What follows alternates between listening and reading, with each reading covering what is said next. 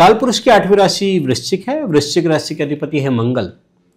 वृश्चिक राशि जल तत्व और स्थिर राशि है। वृश्चिक का शाब्दिक अर्थ होता है बिच्छू, और यही गुण वृश्चिक राशि में दिखाई देता है। जैसे बिच्छू किसी से डरता नहीं, वैसे ही ये जातक भी निडर होते हैं, स्पष्टवादी होते हैं। ये जिनके मित्र होते हैं उनसे तो बहुत प्रेम करते हैं, उनके फायदे के लिए कुछ भी कर सकते हैं। अपनी और अपने अभिन्नों की आलोचना ये जरा भी बर्दाश्त नहीं कर सकते। बहुत ही सतर्क होते हैं। अपने उचित और अनुचित कार्य को पूरा करने के लिए ये अथक प्रयत्न करते रहते हैं। विरोध प्रिय भी होते हैं।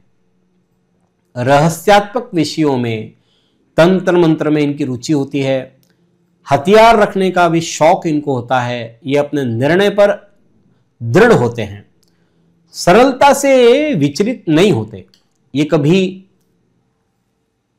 कभी कुछ ज्यादा तीखा बोल देते हैं। लोगों को इनकी बातें बहुत ज्यादा कड़वी लगती है।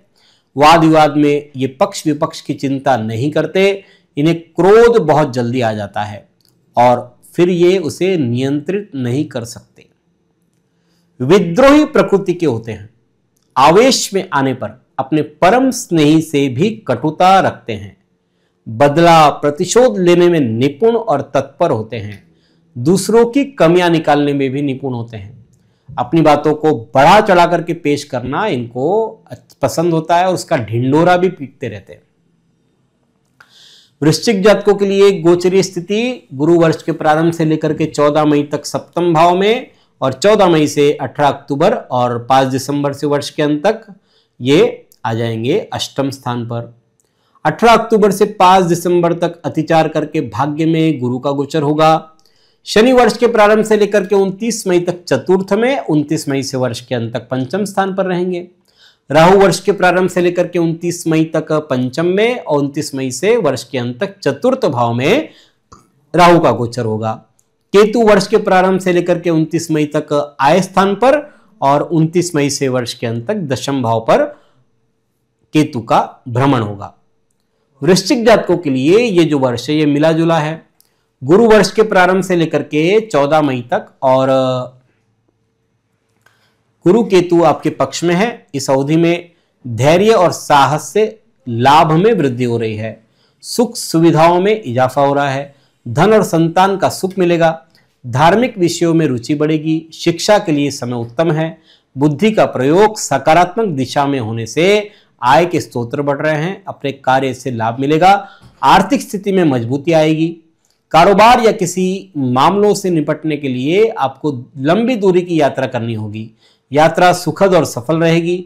जमीन जायदाद से संबंधित कोई महत्वपूर्ण निर्णय भी आप ले सकते हैं। आपके पूर्व के अटके हुए सभी कार्य बन सकते हैं। आर्थिक जीवन में भाग्य का साथ मिलेगा। व्यापारियों को व्यापार के सिलसिले में सुविधा और धन की भरपूर प्राप्ति हो रही है। नौकरी पेशा जातकों को कार्यस्थल पर अपने सहकर्मियों का सहयोग मिल रहा है। भाई बहनों को विदेश यात्रा करने का अवसर मिल सकता है। आप में अपने छोटे भाई बहनों के प्रति अधिक प्रेम और स्नेह दिखाई दे रहा है। आत्मीयता दिखाई दे रही है। धार्मिक विषयों में रुचि बढ़ रही है। संतान की तरक्की हो रही है। यदि आपकी संतान बाहर जाने का विचार कर रही है तो उतनी सफलता मिलेगी। आप अपने सभी विरोधियों पर जीत हासिल करने में भी सफल बनेंगे। शादीशुदा जीवन जातकों के जीवन में इस समय अच्छे फल आ सकते हैं। जीवन साथी से आपके रिश्तों में मधुरता आएगी। निजी जीवन में भी सुख की प्राप्ति हो रही है। आप घर के रिनोवेशन करने का फैसला ले सकते हैं। साथ ही आप अपने कई कम्युनिकेशन साधनों से लाभ उठाने में भी सफल बनेंगे। आप अपनी मेहनत के दम पर सभी लोगों को पीछे छोड़ करके आगे बढ़ने का प्रयत्न करते हुए नजर आएंगे। परंतु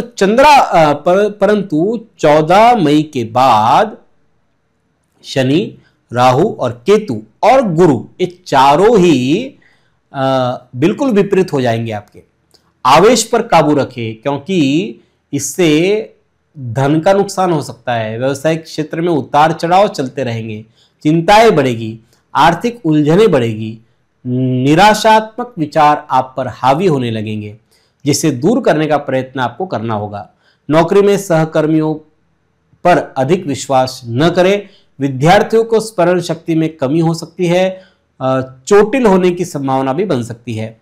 कार्य की अधिकता से मानसिक तौर पर आप परेशान होंगे और आपके स्वास्थ्य संबंधी परेशानी से भी दो चार होना पड़ सकता है। आपको कमजोरी और जोड़ों में दर्द की समस्या रह सकती है। फोड़े फुंसी आदि भी समय समय पर परेशान करेंगे। आपके विरोधी पक्ष और शत्रु सक्रिय रहेंगे, इसलिए सतर्क रहे। कार्यस्थल पर सजगता और समर्पण से काम करें। आर्थिक दृष्टि से यह जो वर्ष है ये संतोषजनक नहीं रहेगा। इस समय आय से अधिक व्यय भी होगा, जिससे असंतुष्ट आप बने रहेंगे। दाम्पत्य जीवन में तूतू मैमे की स्थिति हो सकती है। विवाहितों के विवाह में और बाधाएं और समय लग सकता है। वर्ष को बेहतर बनाने के लिए कुछ उपाय आपके लिए हैं। कनक धारा स्तोत्र का पाठ हर शुक्रवार को स्वयं करें अथवा सुने। गणेश जी की आराधना मन से करें। सूखे फूल और पत्ते अपने घर में न रखें, उसे यथाशीघ्र ही नदी में प्रवाहित कर दे। कोढ़ियों को मीठा भोजन समय समय पर कराते रहें और मीठी रोटी गरीबों को प्रतिदिन खिलाएं। भगवान विष्णु के मंदिर में पीले फल का दान हर गुरुवार को करें। हाथी दांत की वस्तुओं का उपयोग न करें, या अगर कर रहे हैं तो कम से कम करें।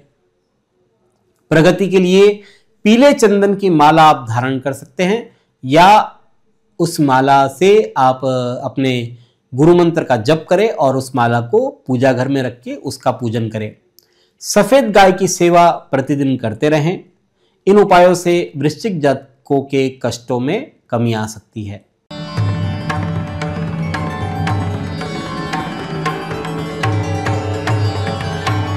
पिछले 20 वर्षों से अपने ज्ञान से हजारों दर्शकों का मार्गदर्शन और समस्या निराकरण करने वाले आपके अपने पंडित सुदर्शन शर्मा शास्त्री जी से आप व्यक्तिगत समाधान पा सकते हैं। कंप्यूटर कुंडली ज्योतिष मार्गदर्शन, वास्तु विजिट, रत्न उपरत्न श्रीमद् भागवत कथा के लिए संपर्क करें पंडित सुदर्शन ओम प्रकाश शर्मा, ओम ज्योतिष कार्यालय, न्यू राधा किशन प्लॉट, महसूल भवन के पास, Akola. Phone number 0724244072, mobile number 9422860311, 9822227765। जो दर्शक व्यक्तिगत नहीं मिल सकते वे वेबसाइट के माध्यम से भी जुड़ सकते हैं। वेब एड्रेस है www.panditsudarshan.com।